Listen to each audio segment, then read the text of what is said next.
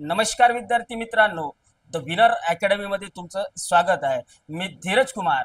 विद्यार्थी मित्रांनो, लक्षात ठेवा, आता आपल्याला अलंकार हा टॉपिक पाहत असताना याच्यामधले जे शॉर्टकट आहे तुमच्यासाठी सांगतो की ज्याच्यावर प्रश्न विचारले गेलेला आहे। याच्यामध्ये मी एक प्रश्न लिहिलेला आहे अलंकारामध्ये, वैशालीचे अक्षर मोत्यासारखे सुंदर आहे। याच्यामध्ये बघा, तो नेहमी वाघाप्रमाणे सावध चित्त असे, तुझे मुख कमळासारखे सुंदर आहे। काय म्हटलं मी? तुझे मुख कमळासारखे सुंदर आहे। विद्यार्थी मित्रांनो, यामध्ये खूप वेळा तुम्हाला पोलीस भरतीला आलेला हा प्रश्न दिसेल।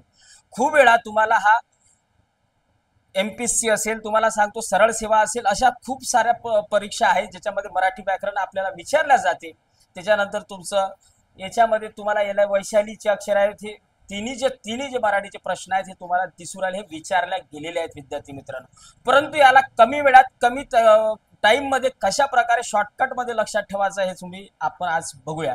लक्षात ठेवा, तुम्हाला प्रश्न येते पोलीस भरतीमध्ये, वैशालीचे अक्षर मोत्यासारखे सुंदर आहे, यातील उपमेय सांगा, असा एक प्रश्न येते। तुमच्या आता लक्षात आलं असेल, जे अभ्यास करत असेल विद्यार्थी मित्रांनो त्यांच्या लक्षात आलं असेल। जर त्यांनी म्हटलं वैशालीचे अक्षर मोत्यासारखे सुंदर आहे, यातील उपमान सांगा, किंवा ते म्हणाल वैशालीचे अक्षर मोत्यासारखे सुंदर आहे, याच्यातील साधारण धर्म सांगा, वैशालीचे अक्षर मोत्यासारखे सुंदर आहे, यातील साम्यवाचक शब्द सांगा, असं सुद्धा म्हणू शकते। आणि ऑप्शन मध्ये येईल तुम्हाला वैशाली अक्षर मोठ्या किंवा सारखे सुंदर, यापैकी कोणत्याही ऑप्शन मध्ये येऊ शकते। तुम्हाला यापैकी कोणतंही ओळखता आलं पाहिजे। विद्यार्थी मित्रांनो, लक्षात ठेवा, आज यानंतर तुम्ही कधीही हा प्रश्न चुकणार नाही। अलंकार तर सर्वच तुम्ही पाठ कराल, परंतु यावर सुद्धा खूप महत्वाची बाब आहे, समजून घ्या। विद्यार्थी मित्रांनो बघा, उपमेय म्हणजे सगळ्यात पहिले काय आहे लक्षात ठेवा, ज्याची तुलना करायची आहे ते। काय म्हटलं रे? अरे उपमेय म्हणजे काय? उपमेय म्हणजे काय? उपमान म्हणजे काय?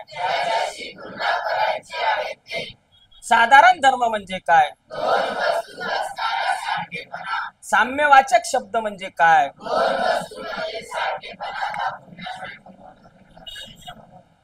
दोन वस्तूमधील सारखेपणा दाखवण्यासाठी जाणारे शब्द।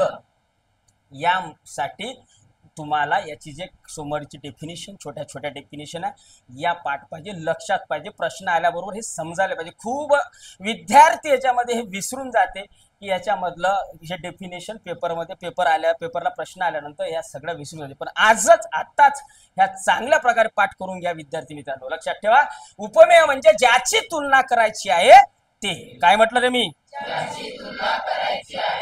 बघा, 2 मिनिटात तुम्हाला प्रश्नाचं उत्तर भेटते। वैशालीचे अक्षर मोत्यासारखे सुंदर आहे, वैशालीचे अक्षर मोत्यासारखे सुंदर आहे, याची उपमेय सांगा, आणि उपमेय म्हणजे ज्याची तुलना करायची आहे ते।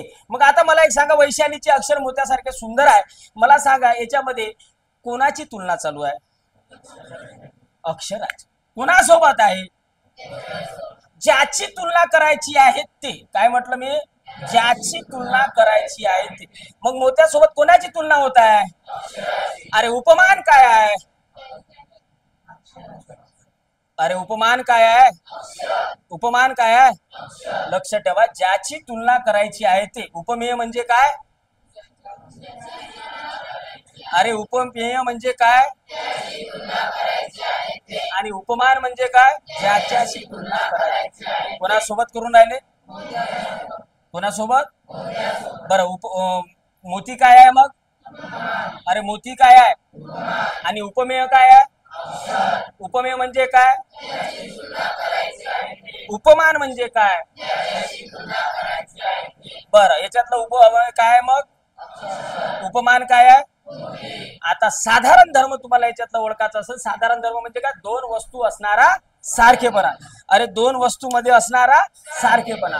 मग आता एक गोष्ट सांगा मला, वैशालीचे अक्षर मोत्यासारखे सुंदर आहे, मग अक्षर सुद्धा सुंदर आहे आणि मोत्यासारखे सुद्धा सुंदर आहे, म्हणजे मोती सुद्धा आणि अक्षर सुद्धा हे दोन्ही काय आहे? म्हणजे या दोन वस्तूसाठी दाखवण्यासाठी काय आहे तुम्हाला? सुंदर। म्हणजे सुंदर हे काय आहे? अरे सुंदर हे काय आहे? सुंदर हे काय आहे? तुम्हाला जर साम्यवाचक शब्द विचारला त्यांनी की वैशालीचे अक्षर मोत्यासारखे सुंदर आहे याच्यातील साम्यवाचक शब्द तुम्ही सांगा. मग साम्यवाचक म्हणजे दोन वस्तूमधील सारखेपणा दाखवण्यासाठी वापरले जाणारे शब्द. मग दोन वस्तूमधील सारखेपणा दाखवण्यासाठी कोणता वापरला? वैशालीचे अक्षर मोत्यासारखे सुंदर आहे. हे झालं सुंदर झालं. मग याच्यासाठी वापरला जाणारा शब्द कोणता आहे? सारखे. कोणता शब्द आहे? दोन वस्तूमधील सारखेपणा दाखवण्यासाठी जाणारा शब्द कोणता आहे? सारखे. याला तुम्ही म्हणाल साम्यवाचक शब्द. किती सोपी आहे, किती सोपी आहे. याच्यावर बारीकाईने तुम्हाला लक्ष असलं पाहिजे विद्यार्थी मित्रांनो. तशाच प्रकारचे समोरचे दोन प्रश्न दिले आहेत. तो नेहमी वाघाप्रमाणे सावध चित्त असे, याच्यात सुद्धा तुम्ही याच प्रकारे करू शकता. तुझे मुख कमळासारखे सुंदर आहे, याच्यात सुद्धा तुम्ही तेच करू शकता. हे दोन्ही तुमच्यासाठी विद्यार्थी मित्रांनो प्रॅक्टिससाठी दिलेले आहेत. तर तुम्ही याच्यावर प्रॅक्टिस करा. धन्यवाद.